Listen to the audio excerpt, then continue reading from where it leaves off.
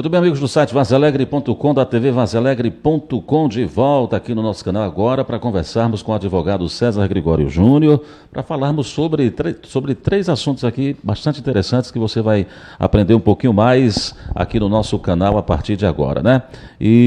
Mas antes de qualquer coisa, deixa eu parabenizá-lo, já que hoje é o aniversário dele. Espero que ele esteja tendo aí um dia muito feliz, muito animado, com muitas felicitações, e receba aí o nosso abraço, o nosso carinho, nosso desejo assim de muita sorte, muito sucesso, muita saúde aí por toda a sua vida. Você que é um jovem profissional que está aí se destacando no dia a dia, procurando seu espaço, e espero sinceramente que você consiga alcançar aí os seus sonhos, não apenas na vida profissional, mas na vida pessoal, na vida familiar, enfim. Que Deus derrame muitas bênçãos sobre você, viu, César? É um prazer tê-lo aqui com a gente sempre. Nonato, muito obrigado, que tudo isso você falou para mim, muito carinhoso, muito bondoso da sua parte.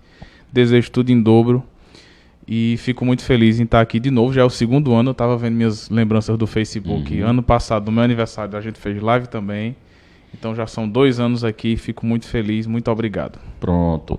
Então vamos aqui, mas já teve bolo hoje? Ou não deu tempo ainda? Ainda não, deu tempo não, a correria está grande. Muito bem.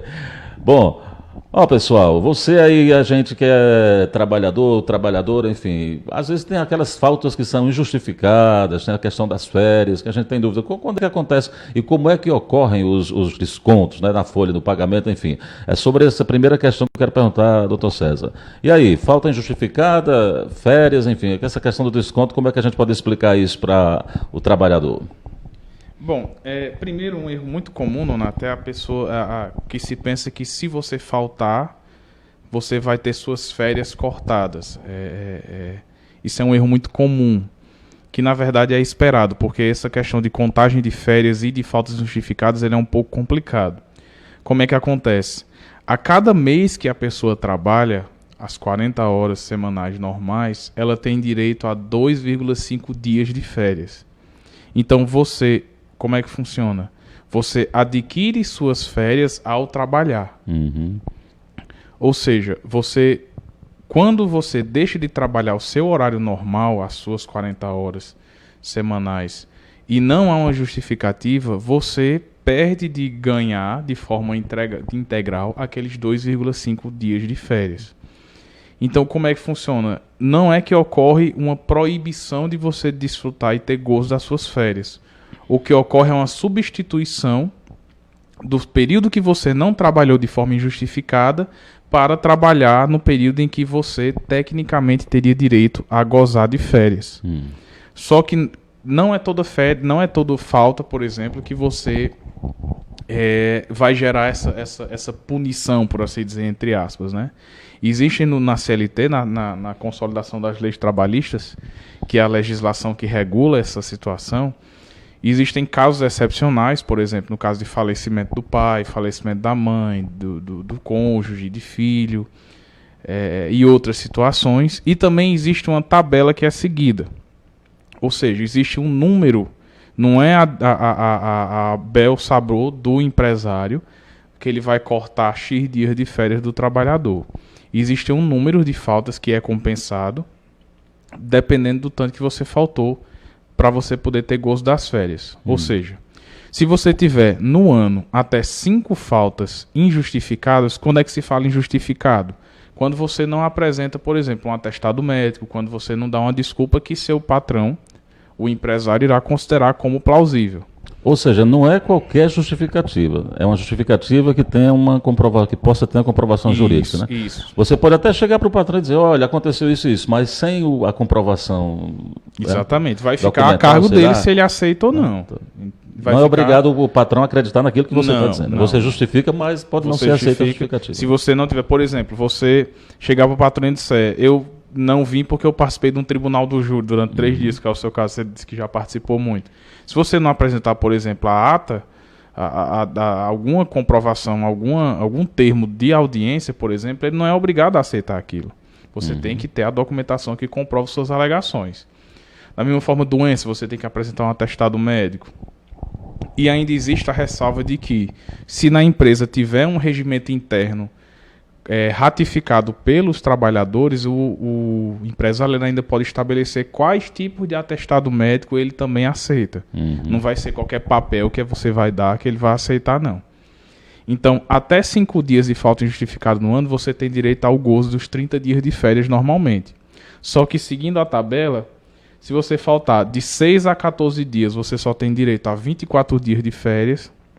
Se você faltar de 24 dias a 32, você só tem direito a 12 dias de férias. E se você faltar mais de 32 vezes no ano, você perde seu direito de férias. Então, existe uma tabela que é seguida. Então, por exemplo, no ano eu faltei 15 vezes. Então, eu vou ter direito a ter férias só durante 18 dias.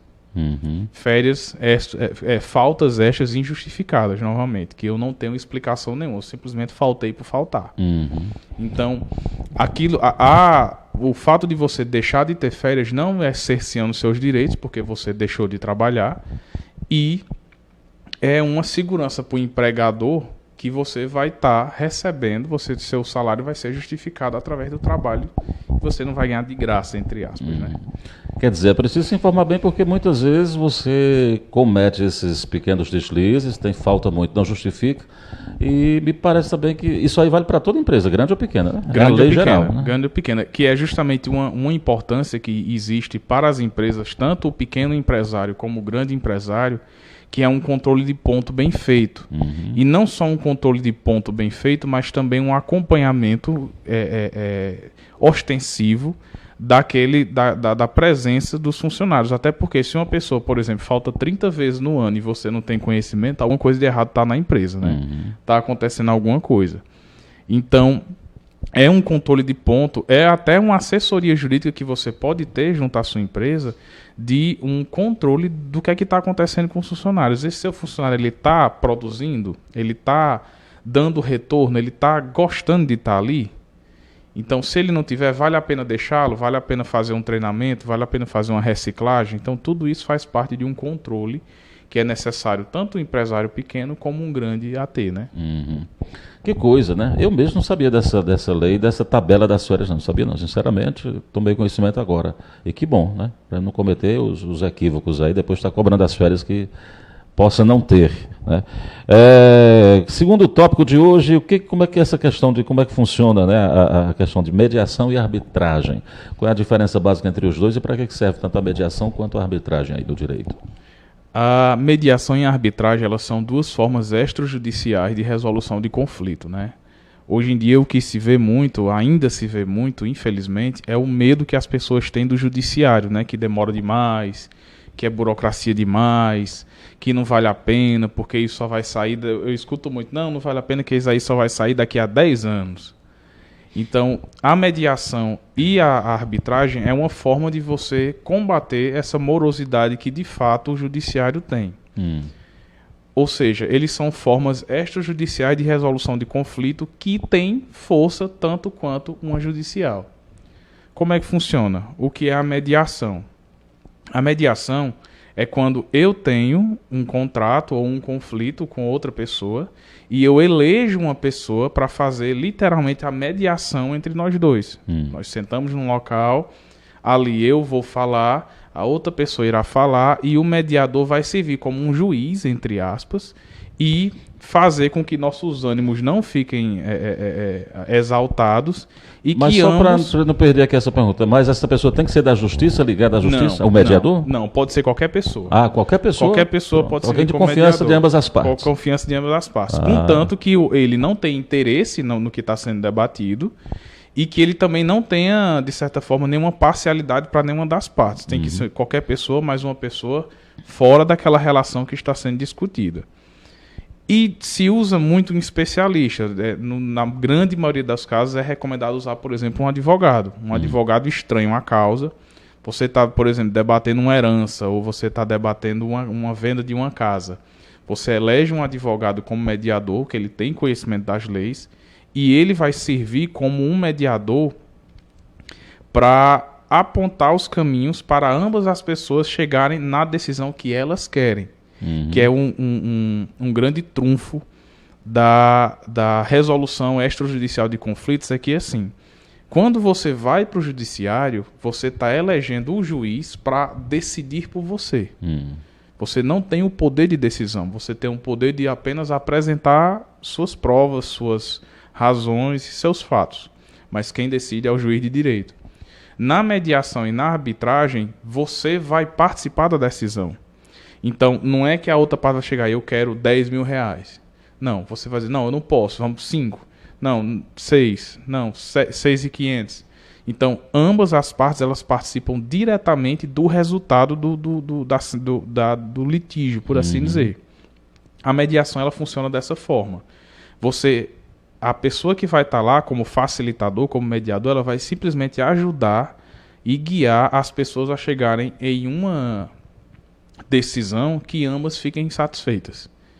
Isso vale para todos os assuntos? Todas as questões que geram conflitos? Existem exceções que não podem ser feitas, né? Por exemplo, criança menor de idade, alimentos de criança, tudo pode até ser feito, mas existem casos que não pode ser feito, eu não vou recordar todos agora.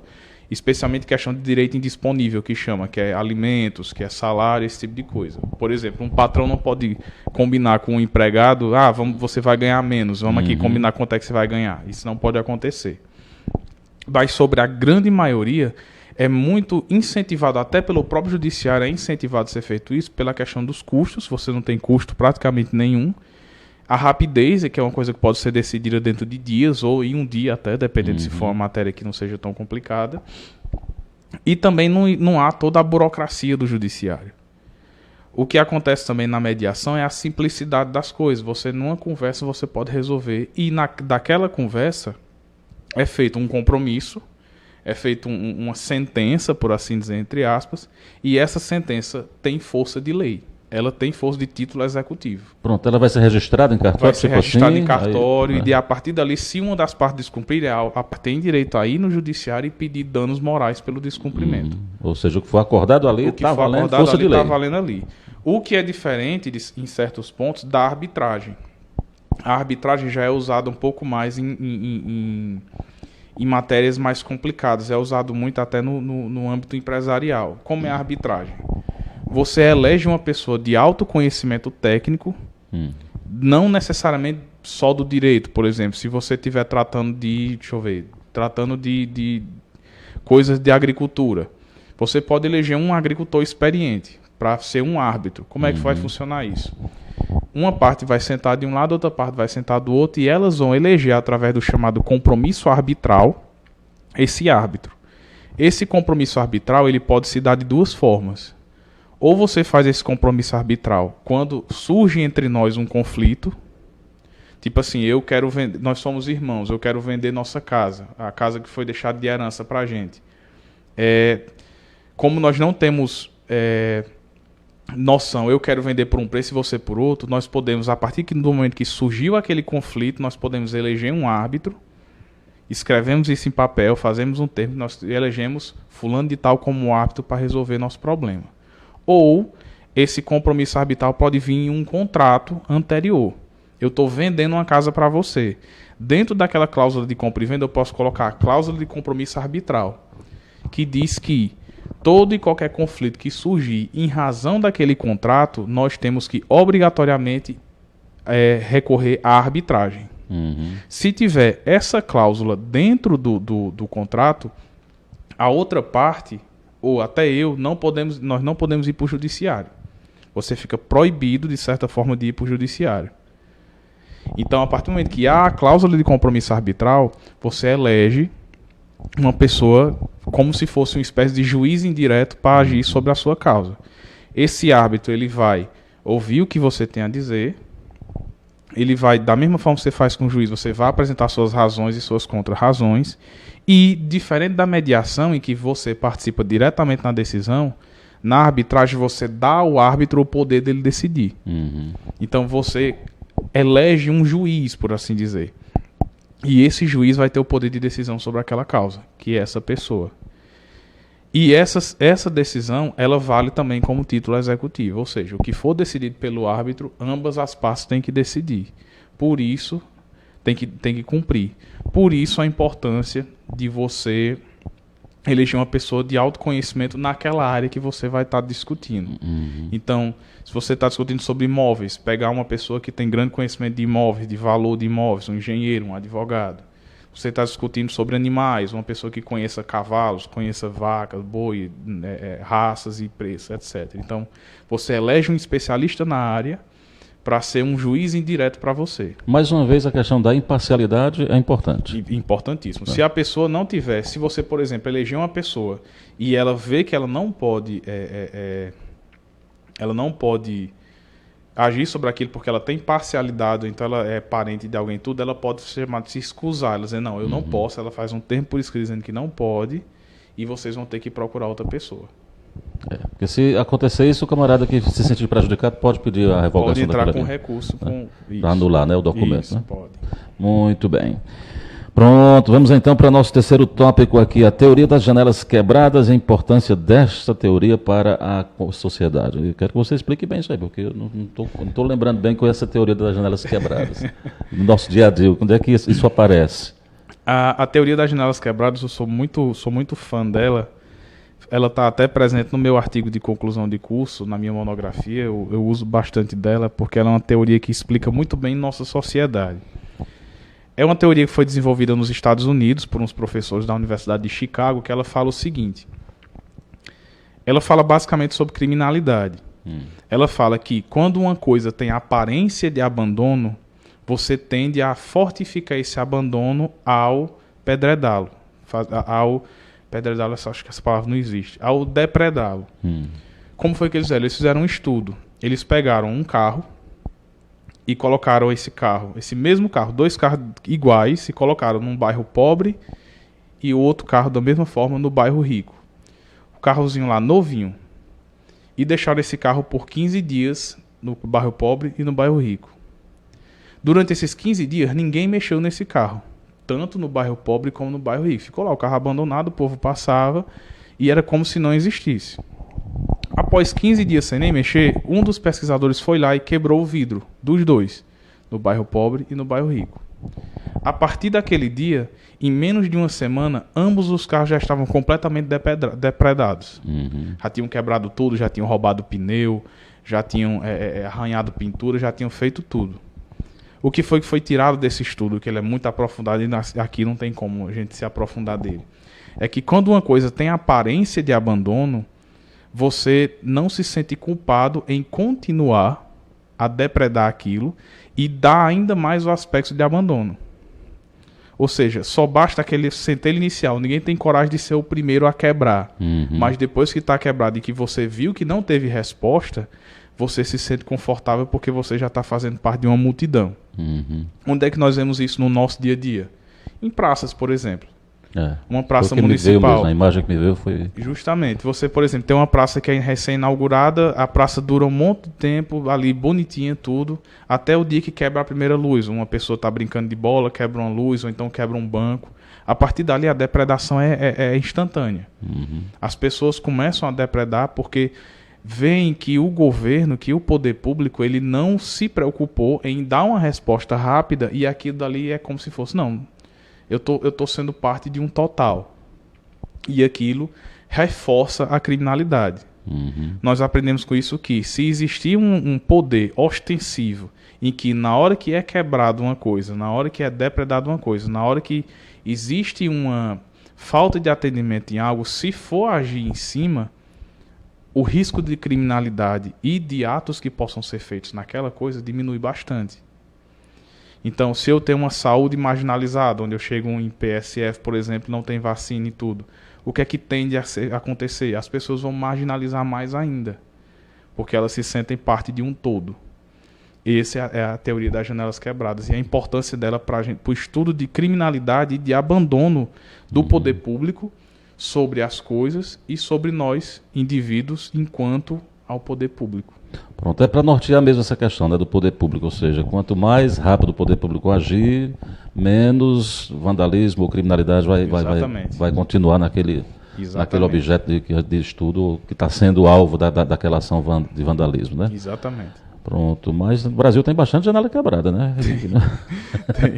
Vamos combinar aqui. E uma das coisas muito engraçadas que foram observadas nesse estudo, ele é um estudo muito extenso até, é que não existe camada social que se evite isso.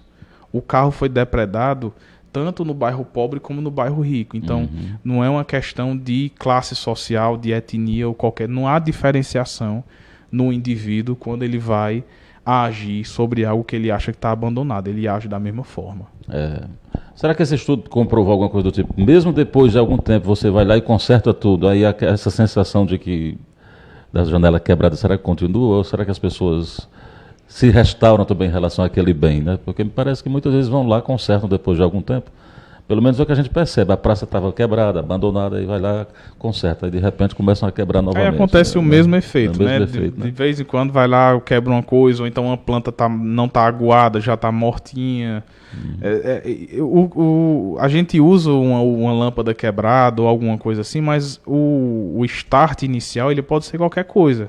Inclusive então, o serviço humano, a questão do atendimento, essa questão de exatamente. Ser mal atendido num departamento, aí de repente você reclama e não tem resposta, aí todo mundo então acha que pode reclamar mesmo. Exatamente. E isso também se aplica às janelas quebradas, não foi a intenção do estudo deles, mas se aplica, por exemplo, até... Por que é que todo mundo tem preconceito de banco, por exemplo? Porque sempre quando você vai... Às vezes você é até bem atendido por uma pessoa capacitada e em pouco tempo. Mas você já vai na cabeça que você vai ser atendido por uma pessoa não capacitada no seu pensamento e que você também vai demorar muito. Então você marginaliza uma coisa e você já vai para aquela coisa, você já usa aquela coisa pronto para marginalizar. Então você já vai pronto para quebrar, pronto para não se decepcionar, por assim dizer. Então você marginaliza aquela situação. Você marginaliza a falta de cuidado que você sente de uma pessoa, ou de uma instituição, ou de um objeto, por assim dizer. Pronto, é interessante realmente. Agora eu estou entendendo a questão da janela quebrada. Eu acho que eu vou observar mais as janelas quebradas agora quando eu andar por aí, né? E realmente é uma coisa bem presente aí no nosso dia a dia, né? Como se uma coisa abandonada não fosse de ninguém, todo mundo pode quebrar, pode tomar conta e fazer o que quiser, enfim. Pois é isso. Bom, mais alguma coisa que você queira acrescentar? Não. Acho que eu fiquei satisfeito por hoje. Você? Pronto, tá bem. Aprendemos bastante, né? Então tá aí, pessoal. A gente conversou com o Dr. César Gregório Júnior, né, que hoje está aniversariando mais uma vez, e vamos encerrar também desejando para ele muitas felicidades, muita saúde, muita paz. Só não vou cantar parabéns porque eu estou sozinho aqui, só ele e eu. É um aniversário, quer dizer, aniversário sem graça. Só uma pessoa cantando parabéns. Mas o desejo que eu tô falando aqui em relação à vida dele é que ele realmente tem muito sucesso e tenho certeza que é o desejo de muita gente que o conhece, viu? E ele vai dizer para a gente agora o local, o horário, os dias em que ele atende. Meu escritório é na rua Juvenal Galeno, número 44, aqui no centro de Vaza Alegre, naquela rua em frente ao mercado municipal, atendo lá em horário comercial normal. O meu telefone é o 9995-0999. Meu e-mail é o contato@cgjassessoria.com.br. O meu site é o cgjassessoria.com.br. E só dá uma ligada, me vê no meio da rua, me pare, pode ter perguntas, adoro responder perguntas. E qualquer coisa também falar com o Nonato Alves, que é meu fiel indicador. Pronto. O indicador foi bom. Indico mesmo. Mas tá bom, até a próxima semana, se Deus quiser, viu? Até a próxima semana. Um abraço e tenha um feliz aniversário aí nesta quarta-feira. Tchau, pessoal. Obrigado pela audiência, obrigado pelo carinho e a gente se vê por aí, se Deus quiser. Tchau. Agora em Vaza Alegre tem Pit Stop Skol. Pit Stop Skol, sua revenda de cerveja gelada toda hora. A cerveja gelada mais barata da cidade. Confira. Boêmia Puro Malte gelada 300 ml, 1,99. Skol 300 ml gelada, 1,99.